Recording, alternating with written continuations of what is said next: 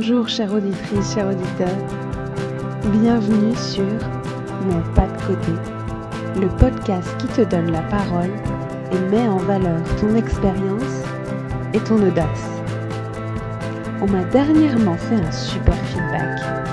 En osant actionner de nouveaux leviers dans ma vie, il paraît que j'ai donné de l'énergie à d'autres pour se lancer. On appelle ça la modélisation en psychologie. Alors, je te propose de venir à mon micro pour me parler de ta personne et permettre à d'autres de modéliser sur toi. Prêt? Prête à raconter ton pas de côté? C'est parti!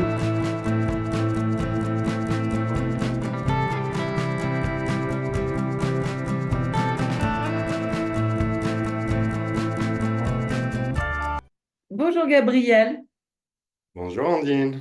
je suis ravie d'être avec toi aujourd'hui pour ce moment partagé. Moi aussi. Peut-être que dans un premier temps, tu pourrais te présenter. Très bien. Moi c'est Gabriel. Je suis né en Australie, j'ai grandi là-bas. Je suis venu m'installer en Europe quand j'avais 18 ans. J'ai commencé mes études à Paris, j'ai fait une école de commerce. J'ai fini mes études dans un village allemand perdu au milieu de nulle part. Pourquoi Je- perdu au milieu de nulle part, tu as terminé tes études? C'était l'opportunité qui s'est présentée et c'était 18 mois au milieu des champs, des vignobles. C'était assez magnifique. Ouais. Assez Et puis, j'ai fini les études, je suis parti vivre en Espagne. J'ai fait 5 ans à Madrid et je suis venu m'installer en France il y a 6 ans et demi. Alors, qu'est-ce qui t'a fait t'arrêter en France? J'étais venu pour l'amour, pour mon ex, et j'ai fini par rester, tout simplement. Euh, j'ai un bon cercle d'amis, j'ai une vie que j'aime beaucoup ici, je suis très heureux. Donc, très content d'être maintenant installé en France. Ok, très bien. Et alors, bon, bah, tu m'as l'air d'être un grand voyageur, pour le coup, ce qu'on appelle Un tout- on appelle aussi citoyen du monde, hein, quelque part. Mais est-ce que tu pourrais nous en dire un peu plus sur finalement là d'où tu viens? J'ai grandi à Sydney. C'est une société, là où j'ai grandi surtout, c'est une société assez basée dans tout ce qui est la réussite. On pense vraiment à la réussite en Australie, surtout à Sydney. C'est est-ce que je réussis mon corps? Est-ce que je suis en forme? Est-ce que je réussis ma carrière? Est-ce que je gagne assez d'argent? Comment est-ce que je le démontre? Est-ce que je réussis ma santé parce que je suis en pleine santé tout le temps? Et pour La moi, c'était performance, ce que quelque j'aime. part. Il n'y a Est-ce, pas quoi, pardon? est-ce que c'est la performance, quelque part? C'est la performance, tout à fait.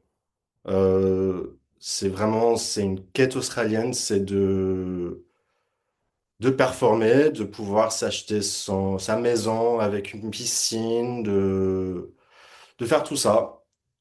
Et même ado, je le trouvais assez anxiogène. Et je voulais m'éloigner de ça, je voulais voir le monde. Hmm. Et je parlais déjà le français parce que j'avais fait un échange scolaire en France. D'accord. Du coup, je me suis dit, j'allais venir m'installer en France. Donc, j'ai travaillé quelques mois en Australie pour gagner assez pour payer mes billets d'avion.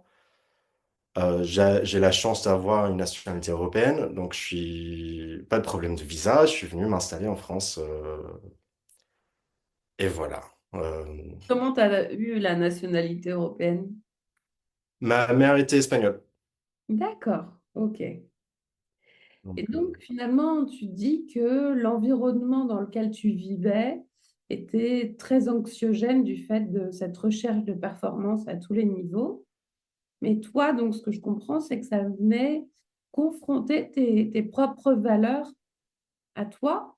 euh, et ça ne te parlait pas du tout parce que toi, pour le coup, tu as grandi avec quoi comme valeur, sur quoi tu as basé ton fonctionnement personnel? je suis en train de tout analyser en ce moment. moment avec ma thérapeute, justement. On parle beaucoup de la performance et surtout quand j'étais enfant. Pour te donner une idée, même pour le bac en Australie, ils font un classement de chaque élève australien. Ils te disent où tu te situes par rapport à tous les autres élèves. Et en fonction de ça, tu vas à l'université, à tel cursus ou pas. D'accord. Euh, Moi, je savais que j'étais en rejet par rapport à ce système. Je savais que je souffrais d'une dépression qui n'était pas diagnostiquée. Et à l'époque, juste, j'avais besoin de m'enfuir. Je savais pas vraiment pourquoi. Et c'est que maintenant que je fais le travail pour comprendre que j'étais en opposition à ce système, que je cherchais plus du contact humain, mais ça m'a pris beaucoup d'années à y arriver. J'ai suivi un parcours assez classique où j'ai fait une école de commerce, bah, classique selon les critères dont je te parle.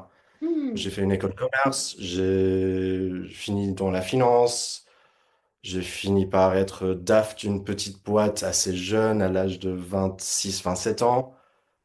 Euh, j'ai suivi tout ce parcours et puis un jour, bah, ça a craqué.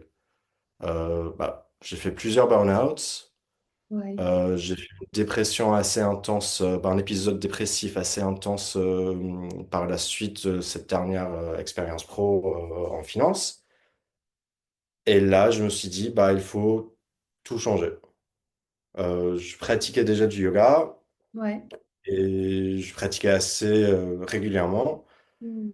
J'avais déjà fait une formation pour être prof de yoga, mais je lançais pas, bah, j'osais pas me lancer. Donc, du coup, là, c'était le moment de me dire, OK, je fais une autre formation Hmm. pour gagner en confiance et je me lance vraiment comme prof.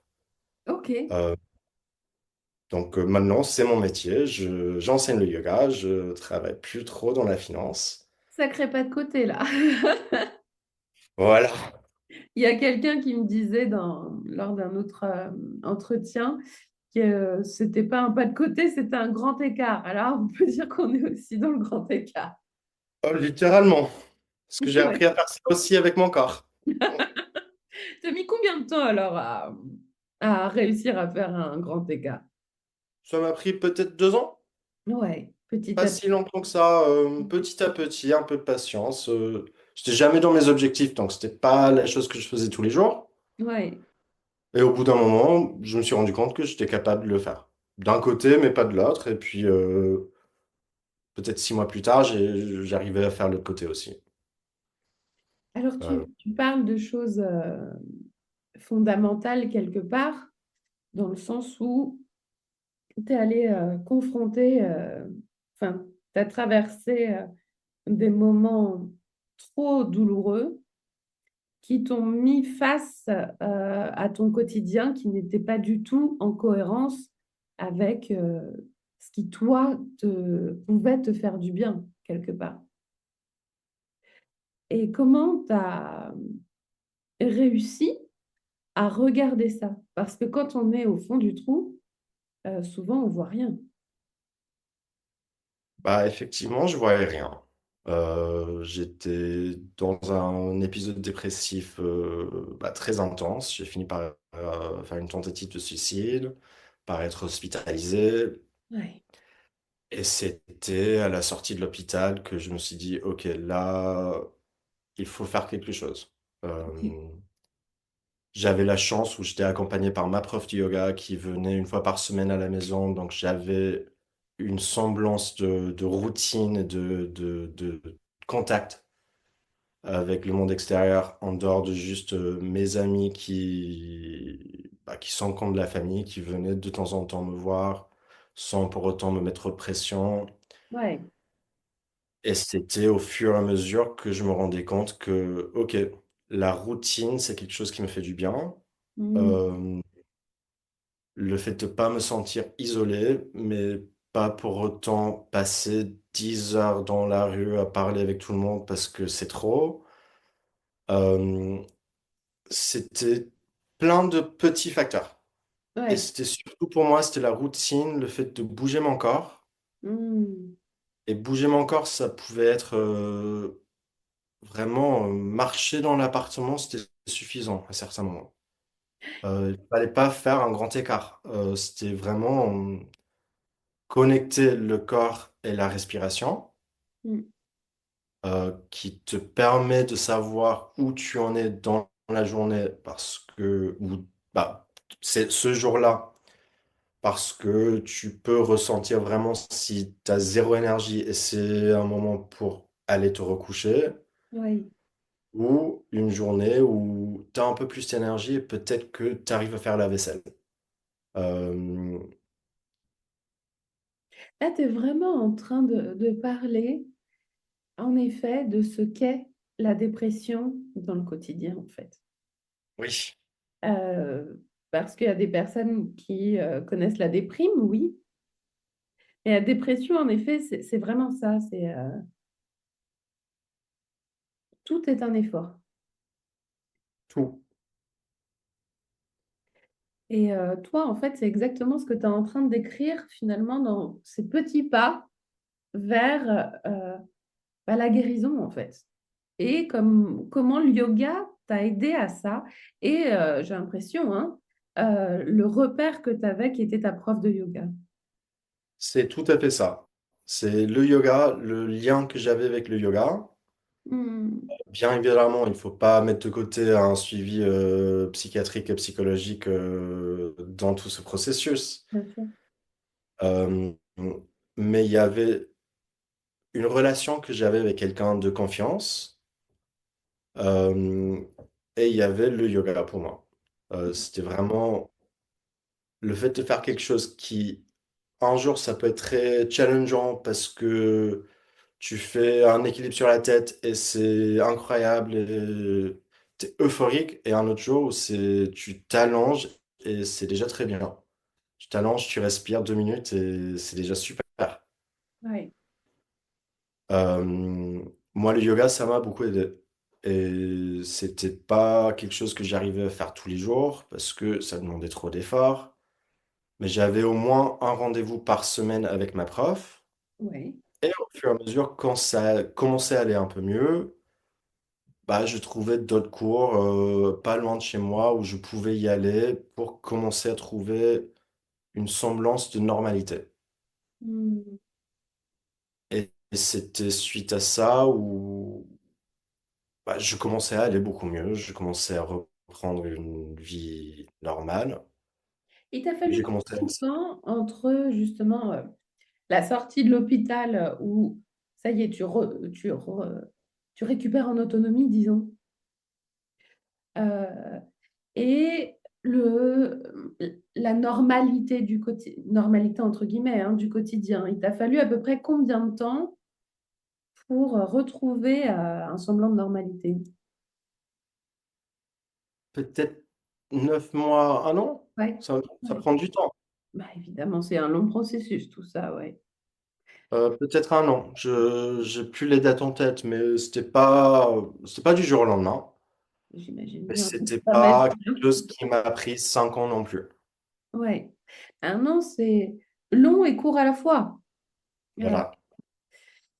Parce qu'il y a aussi toute cette dé- dépression qu'il faut guérir, donc ça prend du temps. Et pour le corps, pour se détacher, enfin, arriver à euh, laisser le temps au corps de s'habituer aux antidépresseurs, aux anxiolytiques, et après trouver la bonne dose, puis redescendre en dose pour que le corps se réhabitue après. Ça peut prendre plusieurs années à ne plus en prendre. Et aussi, euh, l'humeur se Oui. restabiliser petit à petit. Les pensées, les images, j'imagine aussi. Oui. Là, ça doit faire un an que je prends plus d'antidépresseurs, plus d'anxiolytiques, plus rien. Ouais. J'en prenais encore quand j'avais trouvé ma normalité, entre guillemets. Hmm. Ben oui. Euh, Ce qui est normal. Là, ça fait, oui, une bonne année que je prends plus rien et que ça se passe très bien. J'étais très bien accompagné professionnellement, il faut le dire. Et Là, ce qui me donne de l'énergie dans ma journée maintenant, c'est vraiment le fait de pouvoir transmettre, le fait de pouvoir être avec mes élèves, le fait de lancer un nouveau programme qui me donne beaucoup d'énergie, même si c'est épuisant à la fois de lancer un nouveau projet, et de voir que ça marche et de continuer sur ça. Alors Euh, justement, le fait que ça te mette en énergie, c'est que certainement, ça vient toucher à des valeurs fondamentales chez oui, toi qui n'étaient pas honorées dans tes années antérieures. oui. Par l'environnement dans lequel tu grandissais, dans lequel tu travaillais, dans lequel tu vivais.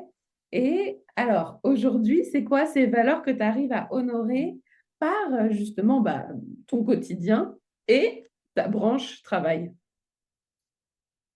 Bah, je pense que tout se relie. Pour moi, c'est le Ouais. contact humain. Je C'est vrai que pense que c'est j'imagine que dans les vraiment finances, il n'y en a pas beaucoup. derrière un ordinateur, tu fais tes tableaux Excel et puis tu communiques des données de la boîte au PDG. C'est pas très, il n'y a pas un vrai contact humain. Hmm, Hum, Je pense que c'est vraiment une valeur primordiale pour moi. C'est ça, c'est la sincérité. hmm, C'est le fait de partager depuis des expériences vécues et propres. Et le tout, si tu regardes ça, bah, ou si on regarde ça, ça rejoint et le côté perso et le côté pro pour moi maintenant. oui, Tous mes cours, bah, je les donne d'un point de vue où c'est j'ai vécu ça, voici ce que j'ai envie de transmettre, et ça part d'un côté sincère. hmm, Et c'est la même chose dans mes relations. Je passe beaucoup moins de temps avec des gens où bah, je passe pas de temps en fait avec des gens où je me dis la relation est un peu superficielle ou fausse. Euh, Toutes les personnes avec qui je passe du temps maintenant, c'est j'ai une vraie relation où on se fait confiance, où on est dans le partage. On rigole bien aussi parce que c'est important aussi. bien sûr. Euh, mais il y a ce côté contact. On dirait que, dis-moi hein, si je me trompe, tu as appris ce type de relation-là avec ta prof.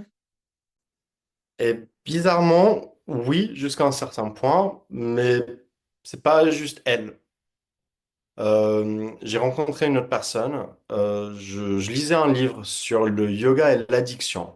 Oui, Et il y avait une personne dans ce livre qui était addicte à l'héroïne, qui s'en est sortie grâce à sa pratique d'Ashtanga, qui est le style de yoga que je pratique, d'accord. et grâce à une thérapie Gestalt.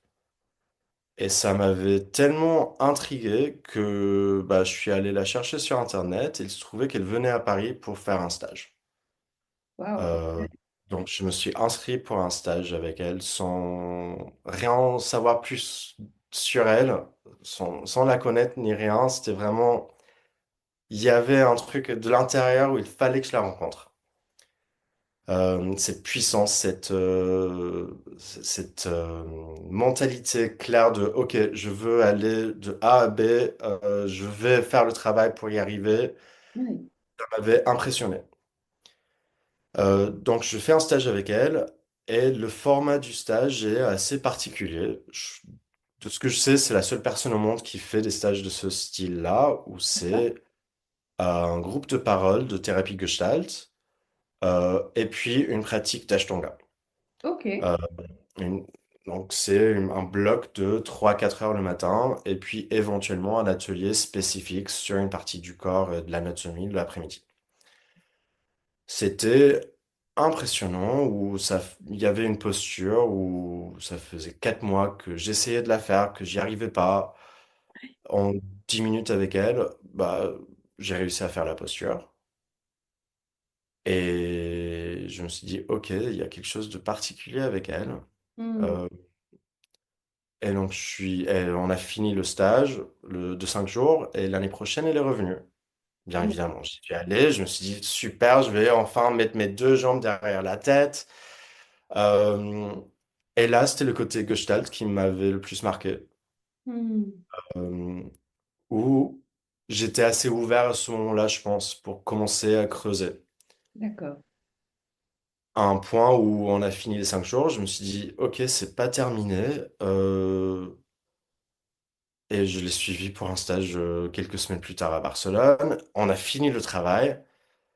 Et depuis, bah, je la vois une fois par semaine sur Zoom comme thérapeute aussi.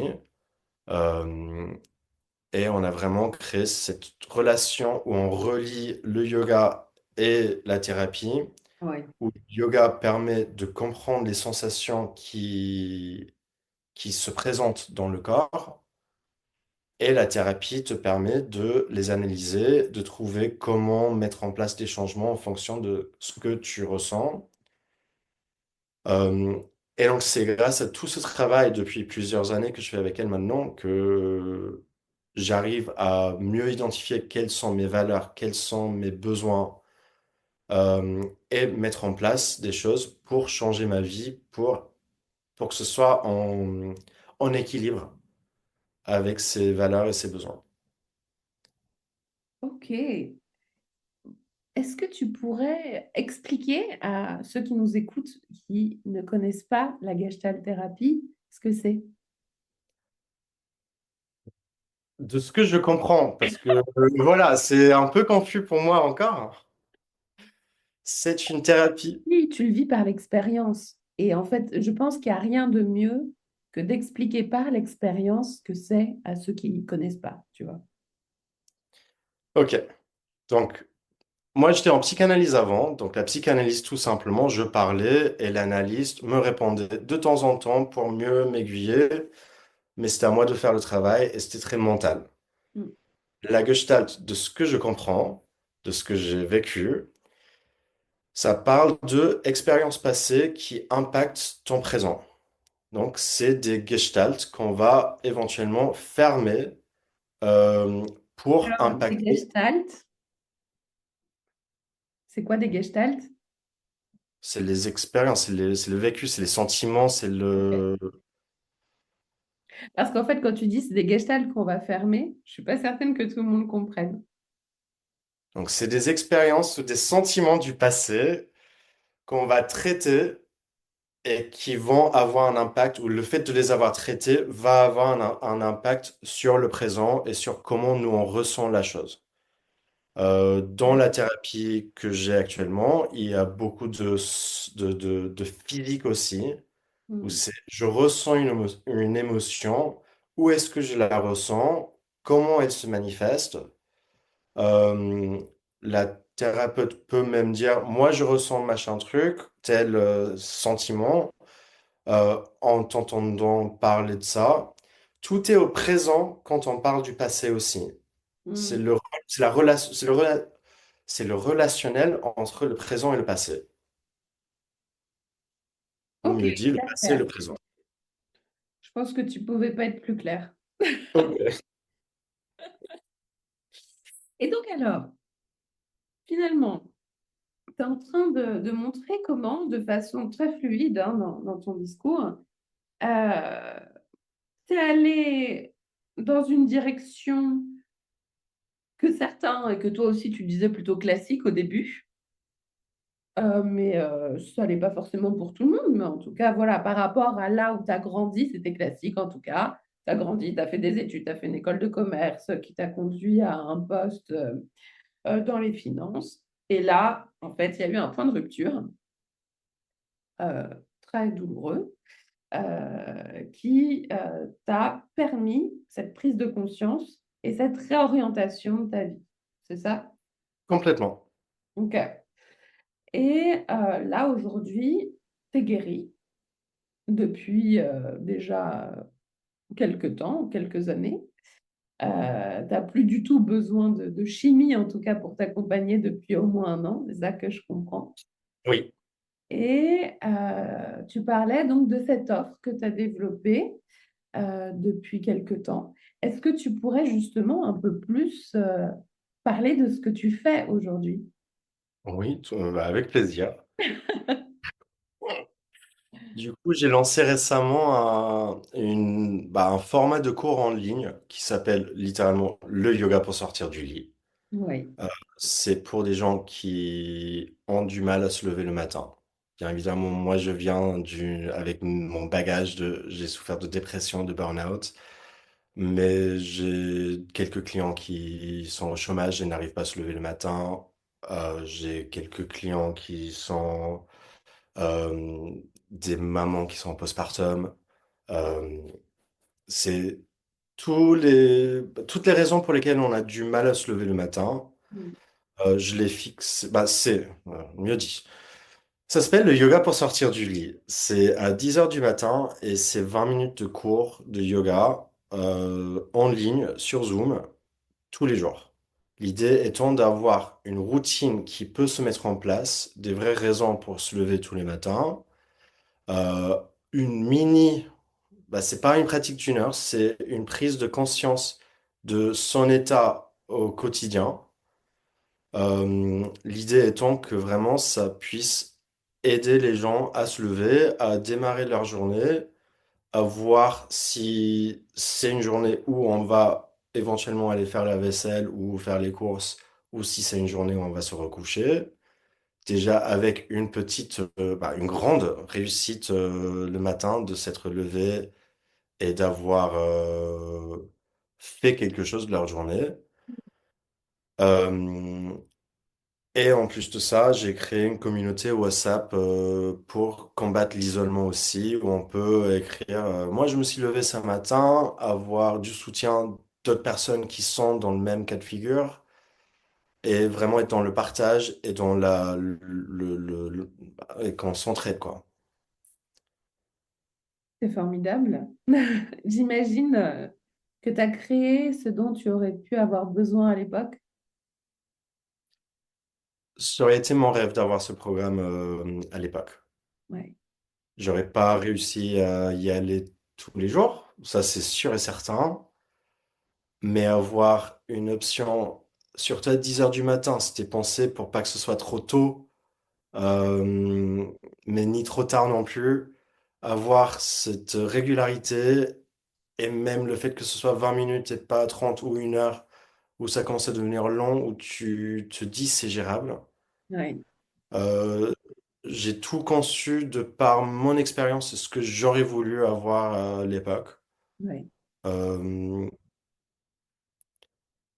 Et voilà, je suis en plein dedans. J'apprends à faire mon Instagram et tout ça j'ai un peu de mal. Je sais faire des chiffres et donner des cours de yoga et c'est à peu près tout. Donc j'apprends encore, mais je, j'ai beaucoup de gratitude envers les gens qui me font confiance déjà parce que c'est pas anodin.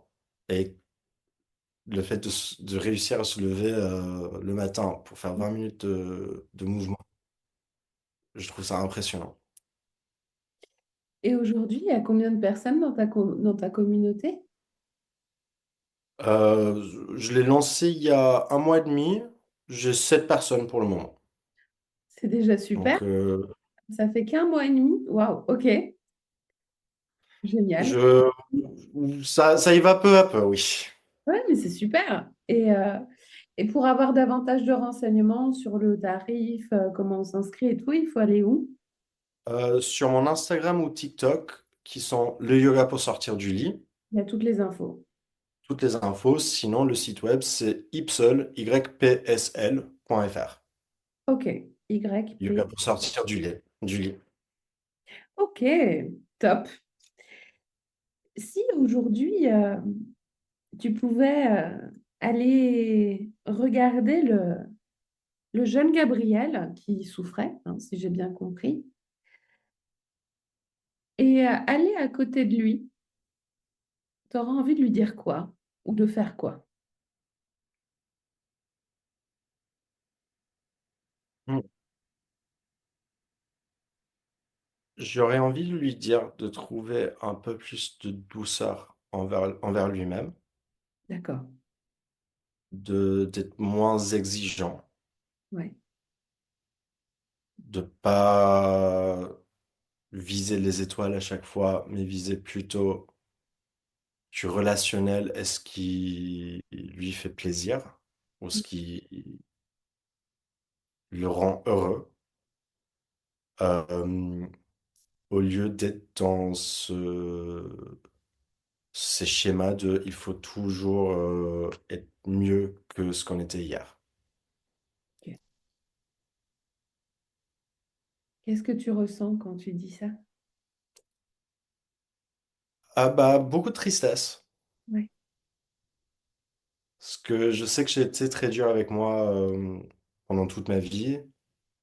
Et même encore, ça arrive pas tous les jours que j'arrive à être sympa avec moi-même. Mm.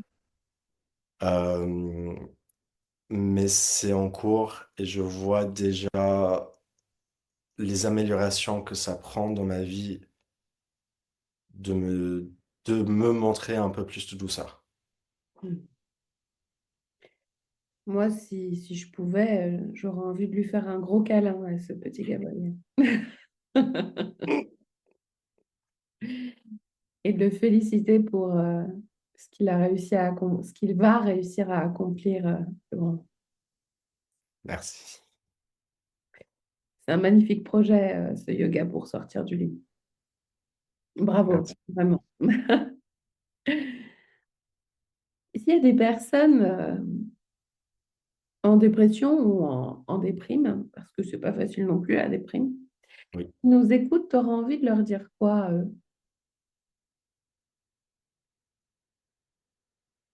Et de la patience, Oui. ce qui n'est pas facile, et de la douceur. Ne vous isolez pas trop. Mm. Si vous pouvez même envoyer un message à quelqu'un Ouais. et avoir une réponse. Et surtout, fêtez les petites victoires. Si vous réussissez à vous lever, à vous brosser les dents, c'est déjà une victoire. Et moi, c'était vraiment le fait de changer ma mentalité là-dessus Mm. et de littéralement me dire, ouais, je me suis brossé les dents, ou je me suis douché, ou je suis allé faire des courses, Je me suis habillée. je me suis habillé. Ouais. Ça avait tout changé pour moi. Ouais. Et pas du jour au lendemain, mais au fur et à mesure, rajouter un peu de positivité par rapport à moi-même, ça m'a beaucoup changé, le quotidien. Et les dernières choses que je dirais, c'est si possible, un tout petit peu de mouvement, parce que ça peut toujours faire du bien, sans pour autant courir un marathon, ou essayer de courir un marathon.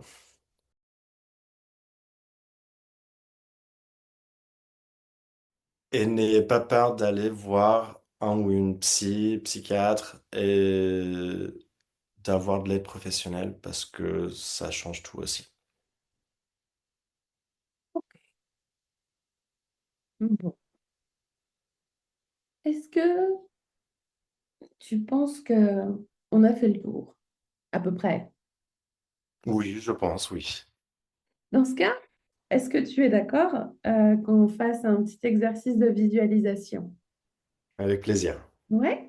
Alors, c'est pas à toi que je vais t'apprendre les postures méditatives, mais je vais quand même t'inviter à t'installer donc confortablement dans ton siège afin de rentrer dans une posture méditative. Moi, pendant ce temps-là, je ne te regarde pas pour te laisser tranquille. Euh, et puis, donc, soit tu gardes les yeux ouverts, soit tu les fermes. C'est comme tu préfères. Et je vais t'inviter à prendre deux, trois respirations ventrales afin d'installer davantage le calme à l'intérieur de toi.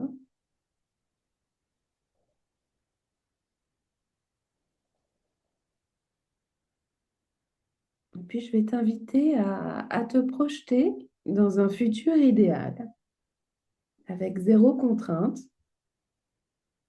un futur dans 5 ans, en 2030. Tu es où tu veux, avec qui tu veux, comme tu le souhaites. Où es-tu? À la plage. T'es à la plage. Qu'est-ce qu'il y a autour de toi?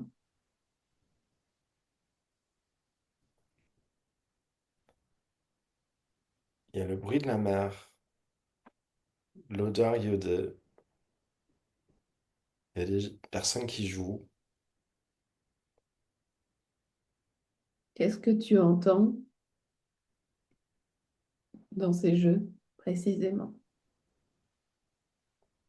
Des rires, Des de la rires. joie. Et toi, tu fais quoi?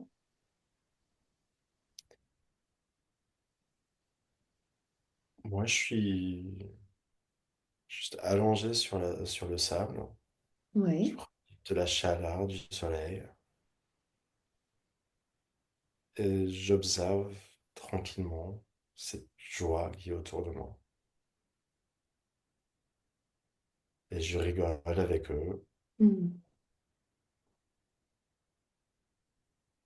T'es habillé comment?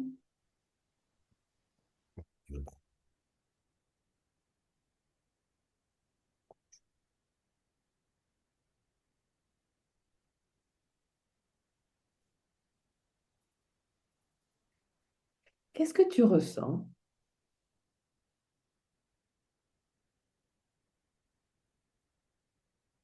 Je ressens une absence de stress, de poids, de contrainte,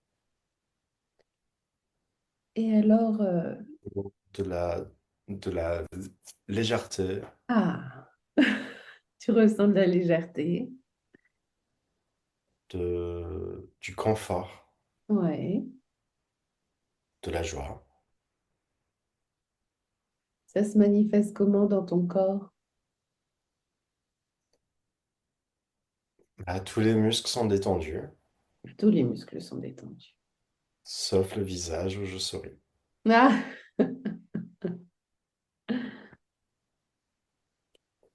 Et là, si tu avais un rôle à ce moment-là, ce serait quoi?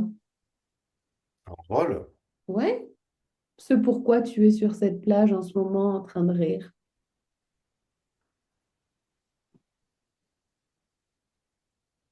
je pense que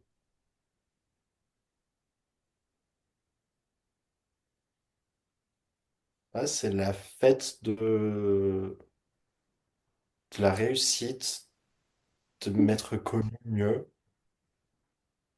et d'avoir œuvré pour avoir une vie qui soit alignée avec moi. Et là, je suis en vacances pendant quelques semaines à juste rien faire et passer du bon temps avec des gens que j'aime. Ok. Et si on essaye de regarder un peu plus loin, si tu avais une mission de vie à ce moment-là, ce serait quoi?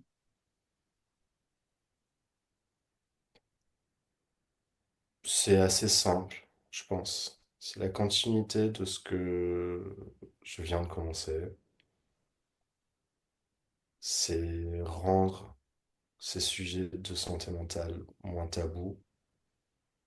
C'est apporter du soutien là où il n'y en a pas assez, en utilisant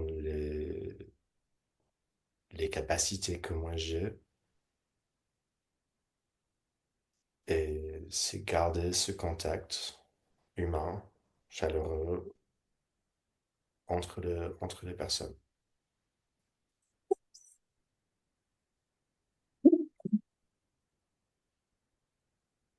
De nommer ça, qu'est-ce qui se passe à l'intérieur de toi? J'ai une, j'ai une bulle chaleureuse euh, au niveau du plexus solaire. Ouais. C'est C'est de l'appréhension, c'est de l'excitation Ouais. de continuer sur ce chemin, de vraiment avoir un impact Hmm. dans la vie des gens qui en ont besoin, si je peux, bien évidemment. Je t'invite à respirer dans ton plexus solaire, respirer cette sensation d'excitation, ce, oui, cette sensation-là, et qui est aussi un sentiment de respirer là-dedans afin d'en profiter pleinement.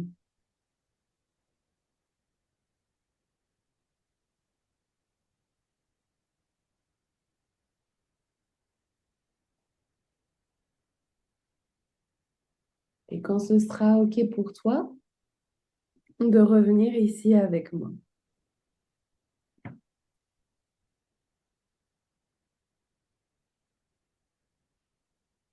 Comment tu te sens? J'ai adoré. Ouais. Alors, si tu devais mettre des choses en place, des actions pour arriver à ça dans 5 ans, il faudrait faire quoi? Ah, il faut clairement que je m'améliore sur mon marketing. Ouais, Il faut poursuivre, il faut continuer à apprendre, il ouais, faut me faire connaître, il faut continuer sur ce chemin que je viens tout juste de commencer. très bien. On arrive à la fin de ce moment partagé. Si tu pouvais garder 3 mots, ce serait quoi? De cet échange, Ouais, euh, contact, ouais, intrigue, partage. intrigue.